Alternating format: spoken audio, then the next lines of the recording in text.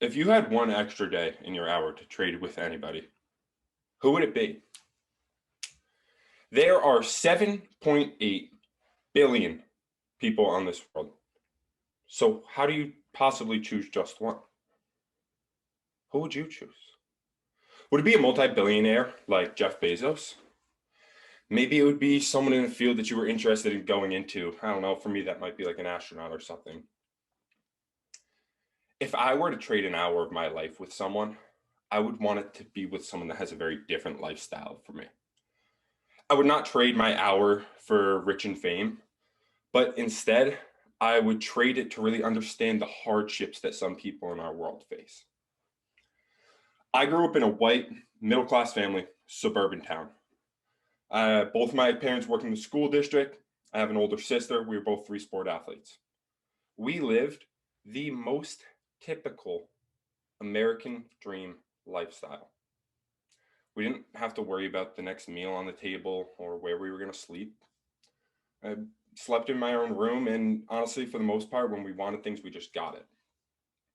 I didn't have to be feared for the, I didn't have to fear being judged for my heritage or for my background or even just if I could walk home safely.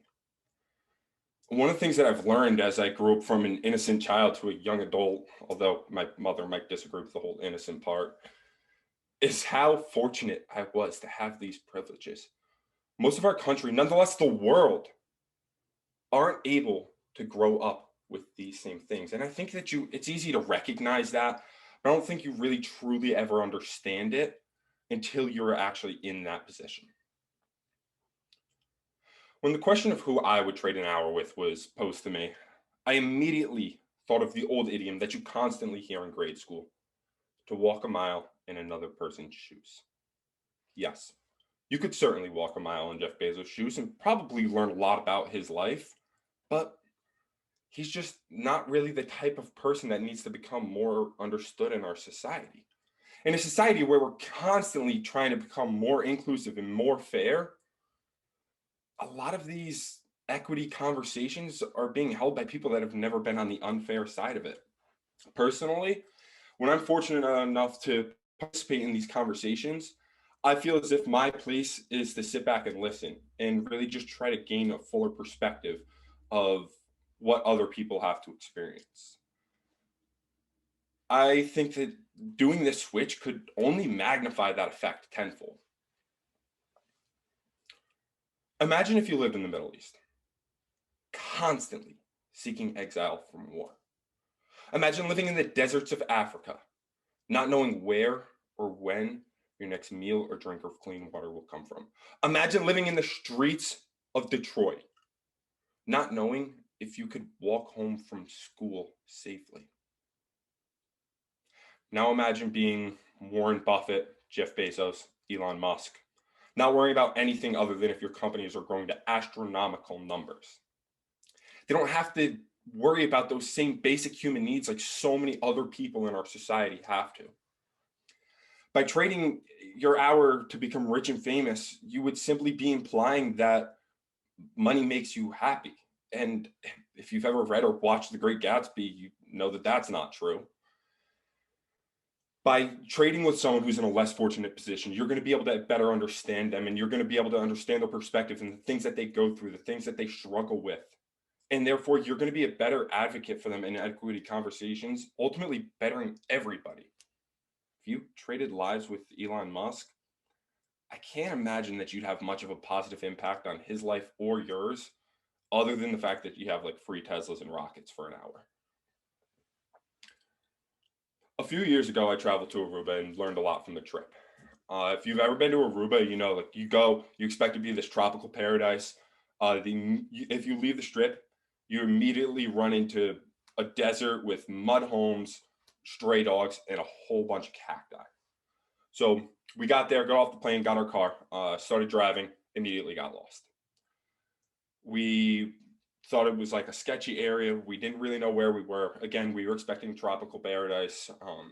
But some lady came up to our car window and she asked where we were going. We told her and she goes, "Okay, follow me."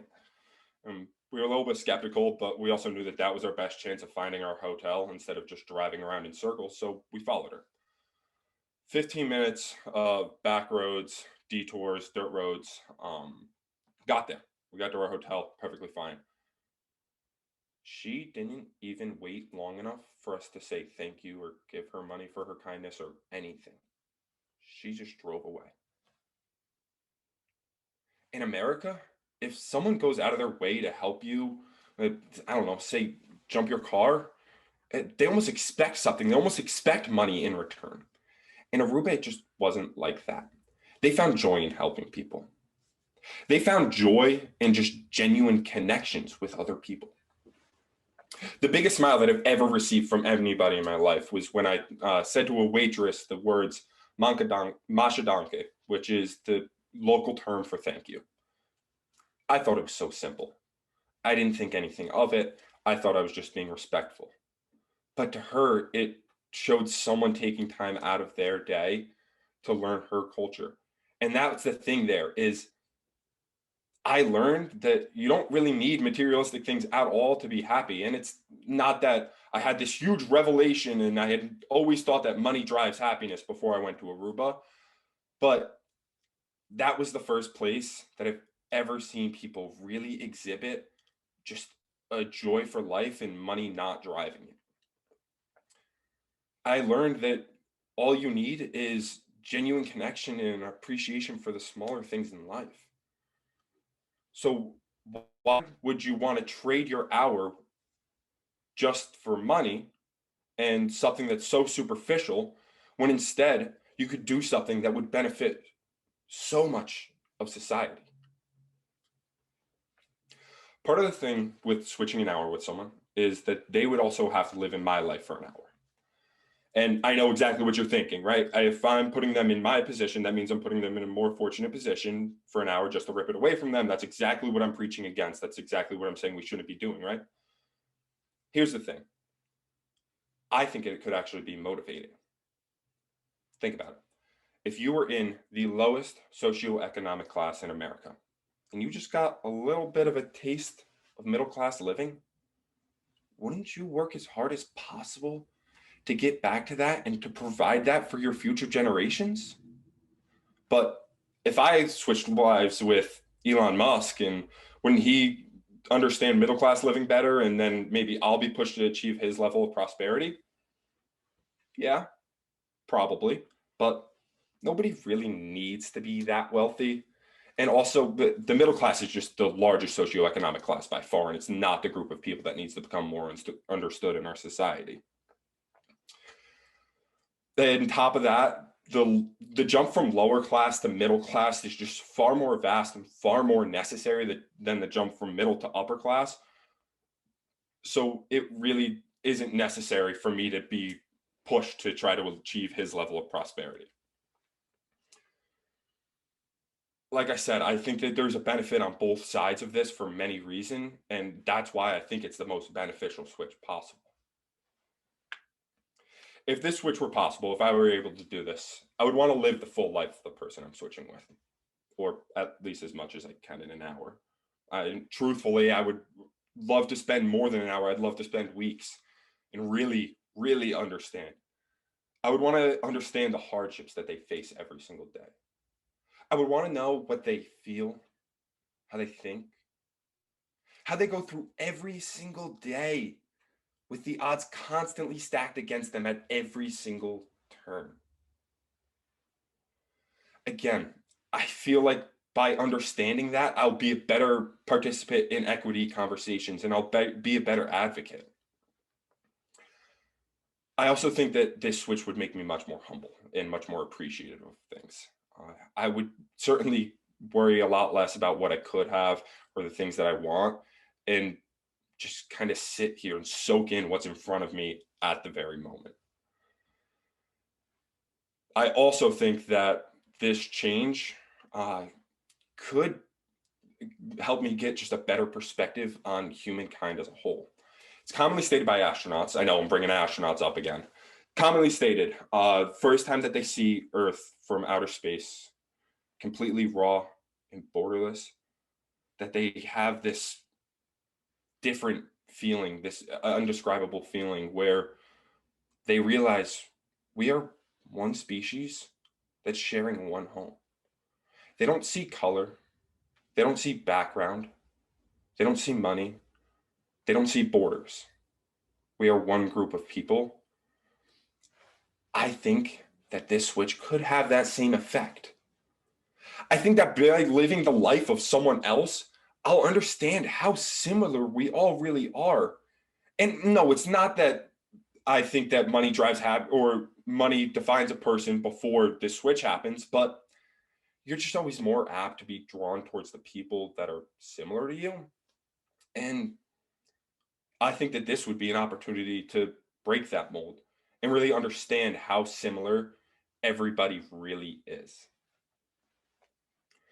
You can switch your hour with anybody in this world. It's your decision, it's your hour. I think that the most beneficial switch would be with someone less fortunate. I would understand how to find true happiness. I would hopefully be able to motivate someone to provide for their future generations and achieve a level of prosperity that is more livable as my my family, as well as probably all of yours years back at some point, were probably all in that position as well. I would also gain, like I said, a much greater perspective on the world as a whole.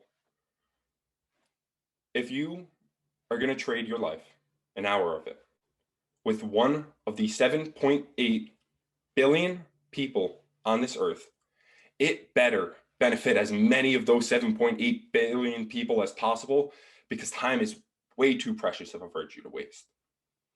So the next time that you sit down and you imagine being your favorite movie star, or your favorite actor, or your favorite musician, instead, imagine a life that's much harder than yours.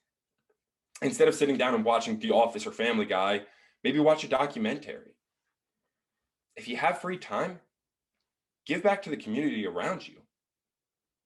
Although you can't physically trade lives with someone, what you can do is you can be the most beneficial member to society as you possibly can.